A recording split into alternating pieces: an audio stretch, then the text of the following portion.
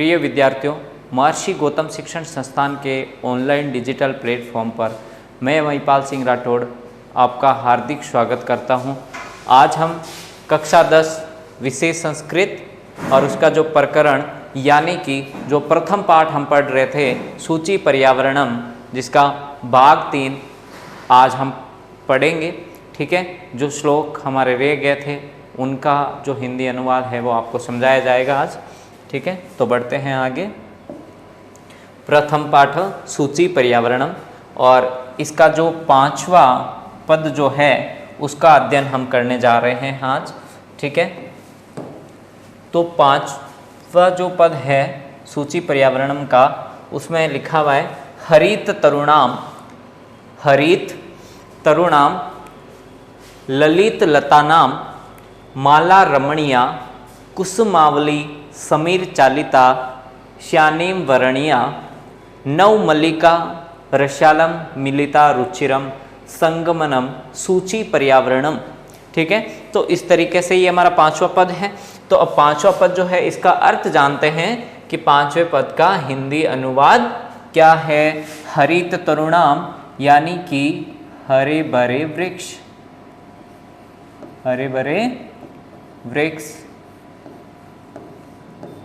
मतलब हरे भरे पेड़ पौधे, हरित तरुणाम का अर्थ होता है।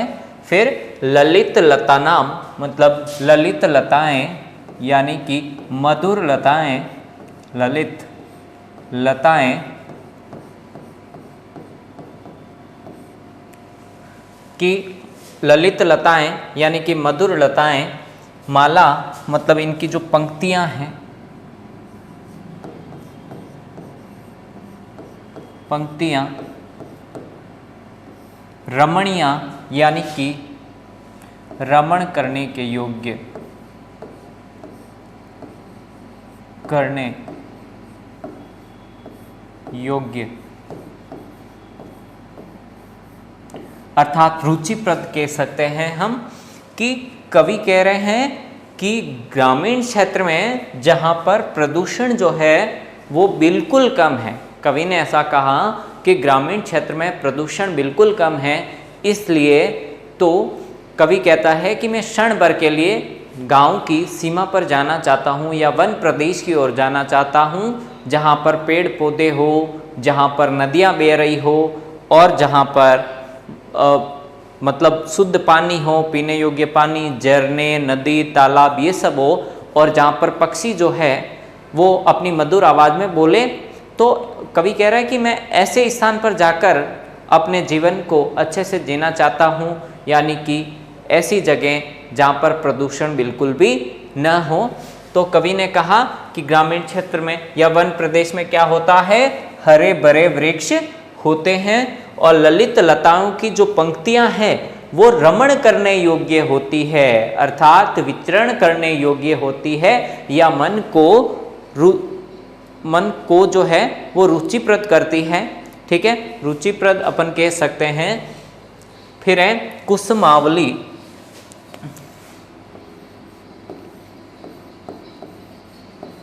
पुष्पों की पंक्तियां,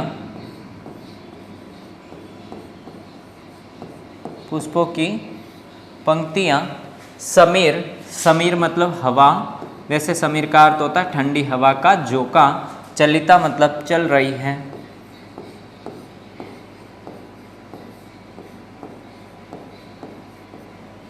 श्याने वर्णिया वर्ण करने योग्य, वर्ण करने योग्य श्याने है। ठीक है, कि कवि कह रहे हैं कि वन प्रदेश में जिस तरह से फूल खिले हुए हैं, कवि कह रहे हैं कि वन प्रदेश में जो फूल खिले हुए हैं यानी कि जो पुष्पों की पंक्तियां हैं वो हवा से हिल रही है, अर्थात जब वन प्रदेश में ठंडी हवा चलती है तो फूल जो है वो लहराने लगते हैं, अर्थात हवा से हिलने लगते हैं। वो ऐसा दृश्य कवि कह रहे हैं वर्ण करने के योग्य है, अर्थात ऐसा दृश्य क्या है, वर्ण करने के योग्य है।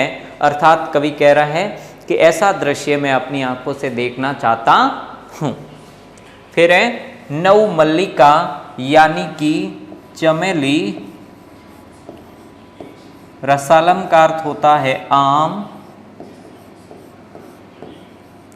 मिलिता मतलब मिलकर, मिलना, रुचिरम मतलब रुचिप्रद, संगमनम मतलब संगम, अपन कह दे में संगम।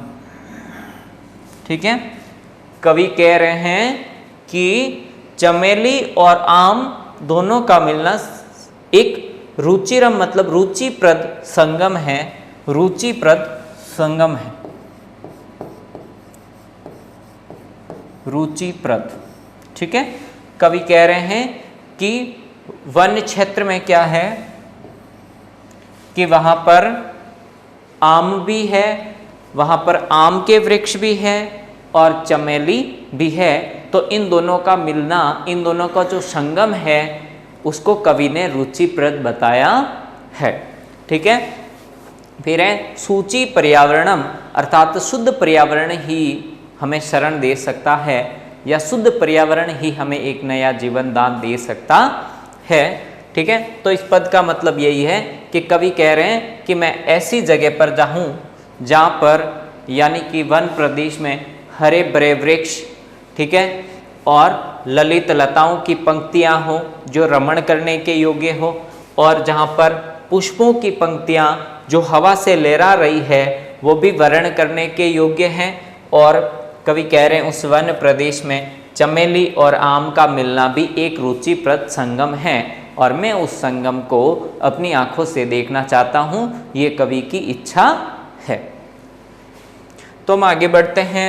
हमारा जो छठा पद है वो अपन देखते हैं कि छठे पद में क्या लिखा हुआ है।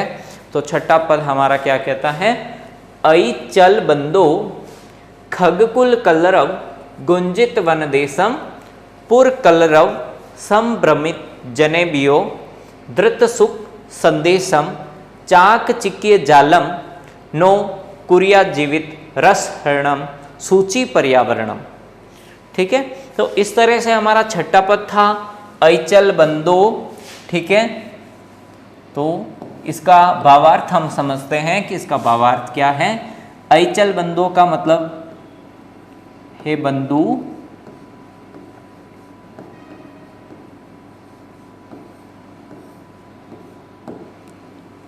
चल मतलब चलो, चल का अर्थ होता है चलो। ठीक है, फिर खग कुल कलरव, खग मतलब पक्षी, खग का अर्थ होता है पक्षी, तो यहां पर है पक्षियों का कलरव। कलरव कहते हैं उनकी आवाज को, कि पक्षियों की जो आवाज होती है उसे बोलते हैं अपन कलरव। कि खग कुल कलरव का अर्थ हो गया पक्षियों का कलरव। गुंजित वन देशम, गुंजित वन देशम की मतलब गुंजित का अर्थ होता है गूंजना, गुंजायमान। वन देशम मतलब वन प्रदेश, वन देशम का लिख दो वन प्रदेश, प्रदेश वन प्रदेश लिख दिया इसका अर्थ। ठीक है, फिर ध्यान दो कि ऐचल बंदो, कि हे बंधु चलो, चल का अर्थ चलो। अब देखो कवि हमें संबोधित करते हुए यानी कि पाठकों को संबोधित करते हुए कवि क्या कह रहे हैं कि हे बंधुओं चलो। अब वो कहां पर चलने का आह्वान हमें कर रहे हैं कवि ने कहा कि उस वन प्रदेश में चलो जहां पर वो वन प्रदेश पक्षियों के कलरव से, पक्षियों के कलरव से गुंजित हो। पक्षियों के कलरव से क्या हो, गुंजित हो, मतलब जहां पर पक्षियों की आवाज गुंजायमान हो या जहां पर पक्षियों की मधुर आवाज सुनने को मिलती है। और पक्षियों की मधुर आवाज सुनने को कहाँ मिलती है, वन प्रदेश में ही पक्षियों की मधुर आवाज हमें ज्यादातर सुनने को मिलती है। ठीक है, तो इस तरह से हम आगे बढ़ते हैं। पुर का अर्थ होता है नगर, पुर का अर्थ क्या होता है, नगर। कलरव आप जानते ही हो, जैसे आवाज़ अपन कहते हैं, या पक्षियों की आवाज़ कलरव कहलाती है। ठीक है, पक्षियों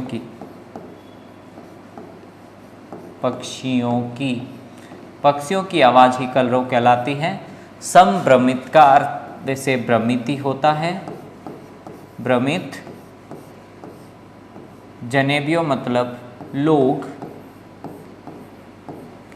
द्रत सुख संदेशम, सुख संदेशम का अर्थ है सुख संदेश, सुख संदेश।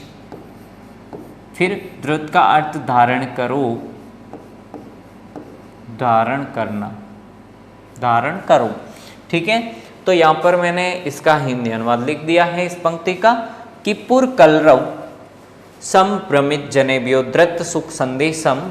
यहाँ पर कवि कह रहे हैं कि मतलब जो नगर के लोग जो भ्रमित हैं, अर्थात नगर के लोग कैसे भ्रमित है, नगर के लोग इसलिए भ्रमित है कि उनको ऐसा लग रहा है कि नगरीय जीवन ही सबसे सर्वश्रेष्ठ जीवन है, लेकिन ऐसा नहीं है। अगर प्राकृतिक दृष्टि से देखें, स्वास्थ्य की दृष्टि से देखें, तो ग्रामीण क्षेत्र जो है वो उनकी जो जीवन शैली है वो ही श्रेष्ठ मानी जाएगी, लेकिन नगरीय जीवन, नगरीय लोग जो है उनका जीवन, तो उनको मतलब ये एक भ्रम है, मैं कहूँगा कि उनको एक भ्रम है कि उनको ऐसा लग रहा है कि हमारा ही सुखी जीवन है। तो जो नगर के लोग, भ्रमित लोग हैं, उनको पक्षियों की आवाज़ सुनाकर उनके लिए एक सुख संदेश धारण करो। अर्थात जो नगर के भ्रमित लोग हैं उनके लिए भी एक सुख संदेश धारण करना है, जिनको पक्षियों की मधुर आवाज़ सुनकर यह बताया जाए कि प्रकृति ही सर्वोपरि है और जहाँ पर्यावरण ही दूषित है वहाँ पर जीवन जीना अति कठिन है। फिर है चाक चिक्य जालम नो कुरिया जीवित रसहरणम। चाक चिक्य जालम मतलब चक्का चौंध, यानी कि दिखावे की जिंदगी। नो मतलब नहीं, नो का अर्थ होता है नहीं। ठीक है, कुरिया जीवित रस हरणम, जीते जी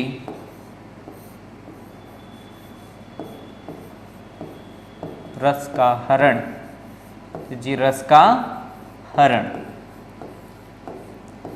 तो इधर ध्यान दो वापस कि चाक चिक्के जालम नो कुरिया जीवित रस हरणम।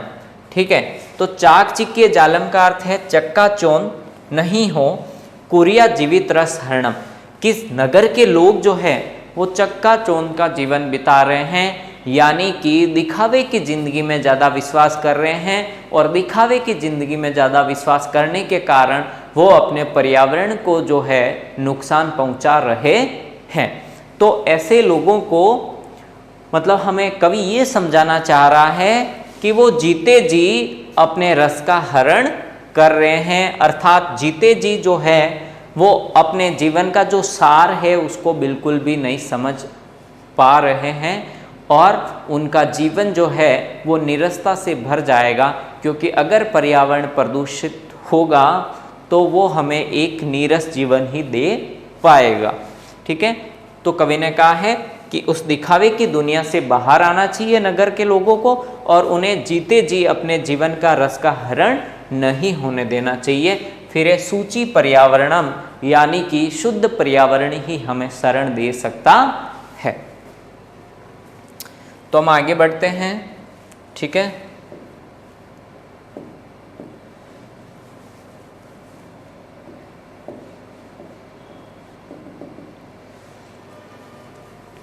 देखो इसमें ये बताया गया है हमें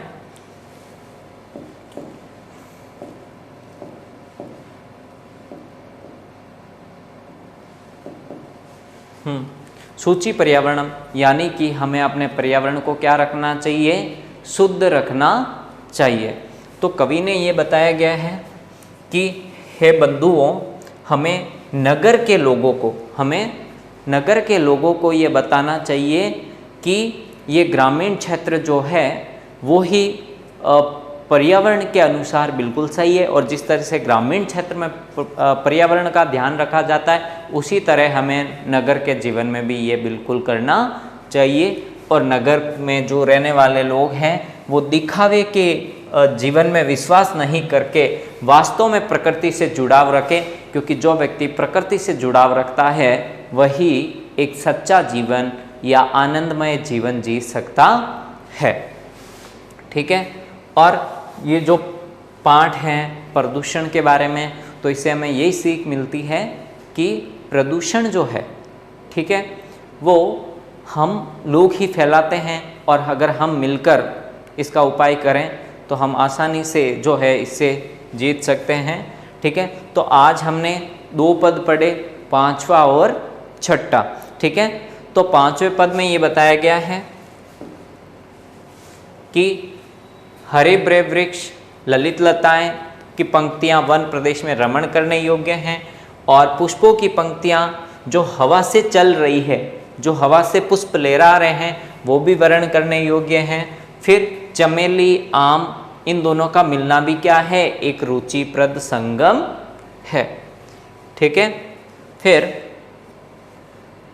अपन बात करते हैं आगे कि कवि कह रहे हैं कि हे बंधुओं चलो कहाँ पर, जहाँ पर पक्षियों का कलरव हो। पक्षियों का कलरव कहाँ हो रहा है, वन प्रदेश में।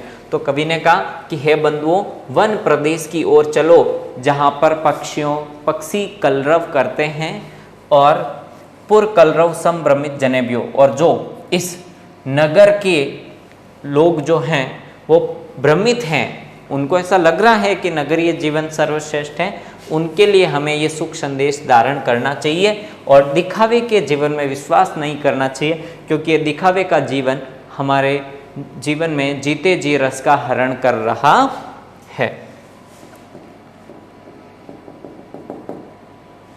ठीक है, तो इसी के साथ मैं महिपाल सिंह राठौड़ आज की कक्षा का समापन करता हूँ। आपको जितने पद पढ़ाए गए हैं उन पदों को एक बार आप वापस पढ़िएगा, उनका हिंदी अनुवाद देखिएगा।